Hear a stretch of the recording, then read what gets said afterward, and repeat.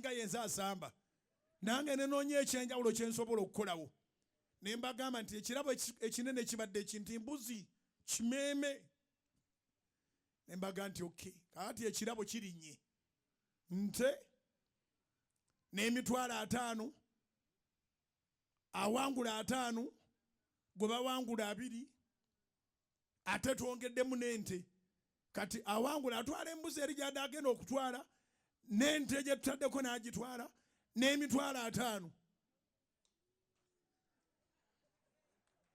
ne basooka badde ebbali bakooki ne babeera siriyasi abaana ne babeera siriyasi nakulabira omupiira nali mpanga kutwalayo n'abasoloti nene ngamba abaana bange bajja bamenyerayo kubanga kye nalaba mu second half sikirabangako noza Barcelona ze zikisamba bakomawo mu second half ng'ekirabo si kimeeme ya mbuzi nte na sente dakiika 10 ezisooka temuli goolo aba bagenze nga beekubye 3-3 dakiika 2 eziddako temuli goolo naye ng'omupiira sebo bagusama nga ne bwalinnyo ekigero oyinza okulira ng'emboga eyitawo akuyitako ng'agoba omupiira dakiika 3 temuli goolo 4 temuli goolo buli omu tojja mukuba omale gatwala oti ente ng'ogitwala bw'otyo.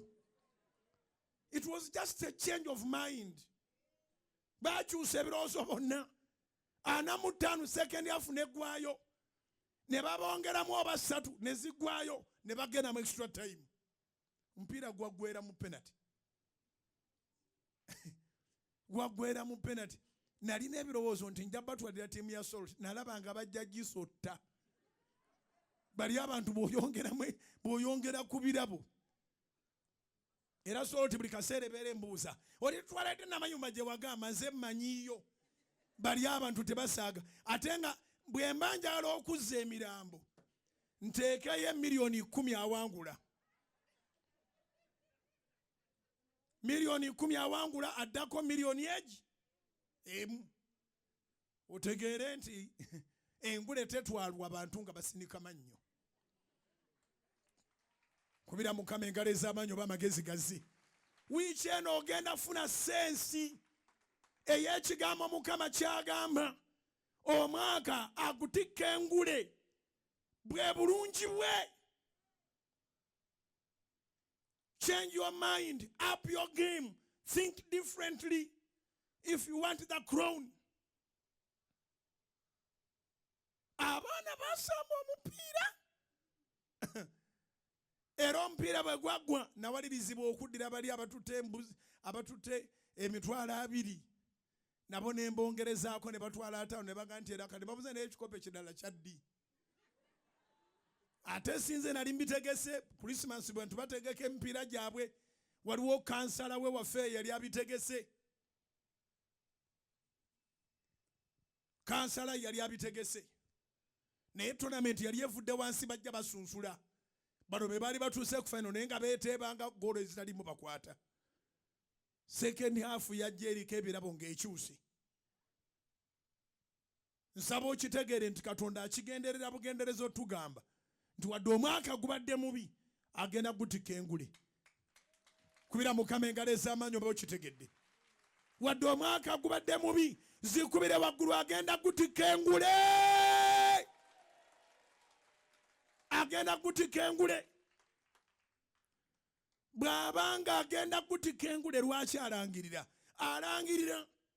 abeetegese babuuke n'engule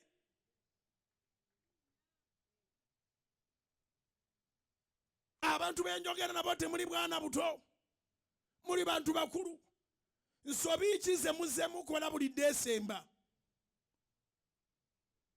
wangi nsobi ki ze muzze mukola buli Desemba kiki ekikulemesa mu Desemba okuvaamu obulungi emyaka giri gyonna egiyise. God has prepared to give you a reward.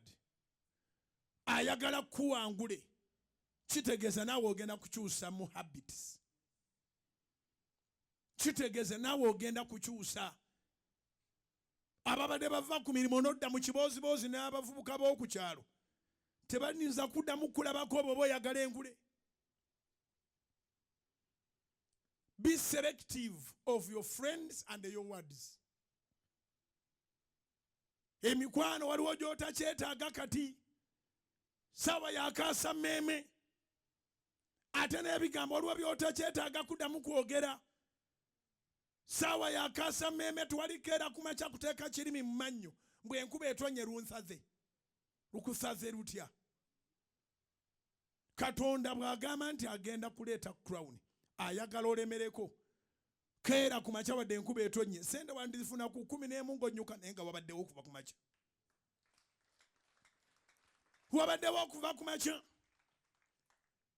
Tewali mugagga mu nsi yonna nga yajja okukola lw'anaagaggawala. Kiŋambira akuliraanye. Tewali mugagga mu nsi yonna nga yajja okukola lw'anaagaggawala. Okugaggawala obeerayo ennaku zonna embi n'ennungi obugagga bukusangayo. Mwabazuukuka n'ogamba abaguzi bajja ku 6 awo n'ogenda ku 6 oli musiru. Abaguzi babawandiikidde omanyi gye bava. Abantu bagwa bwe batyo golola ensobi oggulawo ssaawa mmeka. Musoma nandikede nenzigulawo ne tuwabaayo baguzi omanyi gye bava mwewandiikira gwe keera oggulewo babuleeyo naye nga gwokeera. Kye nazuula ku bakeeze nga bwe bagamba bakadde baffe nti ennyonyi enkeeze yeri olusiriŋŋanyi. Kye nazuula ku bakeeze abantu bayinza obutasooka kugulako naye ne banotisinga nti awaba waggule. Gwobabuulira nti waba waggule gulawo. Ekivaamu omwezi gusobola okuggwako nga balabi nti waba waggule. Consistency eyo ebaleetera ogamba nti okay keera wali ewagundi waggule wabayo amaduuka 4 naye ng'ewaggule bamanyiiwo. Manyiiza abantu kye weetaaga. Laga abantu ky'oli. Keera oggulewo tewali loosi gy'okola. Oli mu kutunda ky'oli. Ebalala balwawo okuggalawo. Waliwo abantu ababeera nga baggalaggalawo kubanga bagenda mipiira. Omanyi maani Yesu Amanase eno sijja kusubwa n'oggalawo 11. Abantu ne banoonya ebintu oggalawo emirundi 2 oba 3. Abantu ne bamanya nti awo wabeera waggale so nga ennaku endala wabeera waggule naye kubanga toli consistent tebakussa mu birowoozo byabwe. Kane wabaawo ono nga yaggalawo ku 4 oba 5 period 5. Akati ne bwabaawo ekibuze oli amugambira nti genda ewagundi saawa 4 wakyali waggule kati. Weebuuza n'oga nti bano bagezi bugezi abamanyi omuntu abeera agguddewo saawa bweziti si bagezi yateekawo empisa. Zimba brand yo kola erinnya lyo. Kola erinnya lyo. Engule tezigenda kuba common people. Kiŋŋambira akuliraanye. Engule tezigenda kuba common people. You have to do something extraordinary. Olina okukolayo ekintu ekyenjawulo. There is something that is different that you must do to change your whole story. Ekyo ekyenjawulo bwe kikulema tibikyuka. Results zisigala ze zimu kubanga n'ebikolebwa bye bimu. Finally, Proverbs chapter 22 verse 29. Ndwagala nnyo olunyiriri olwo.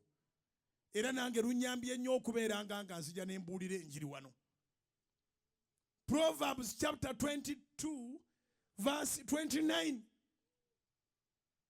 Era saagala kwegayaza nti maze okubuulira enjiri ate sibeerawo mu misingi n'abandazeewa ng'oli mulamu kola sinza Mukama. Bintu bibiri bikole effectively. Proverbs chapter 22 verse 29 yegamba olaba omuntu anyiikira mu mulimu gwe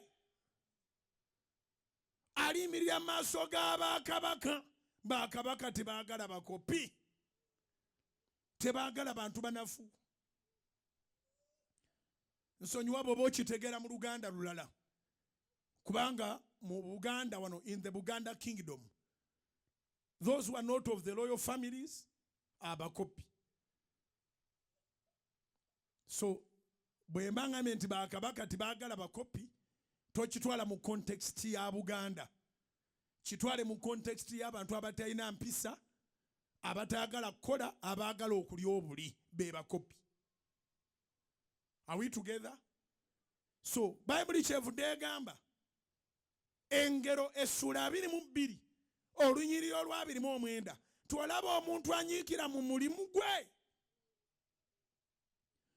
oyo aliyimirira mu maaso g'abakabaka, so taliyimirira mu maaso g'abakopi.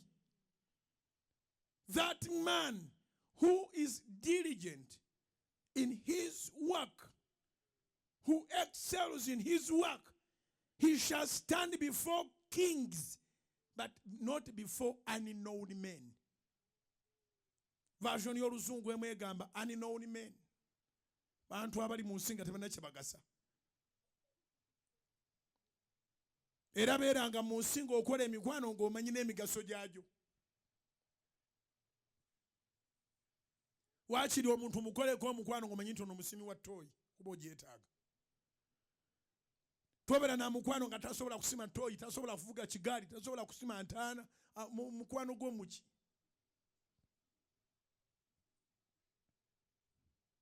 Oba eri ategere kye ŋŋamba. So nyiikira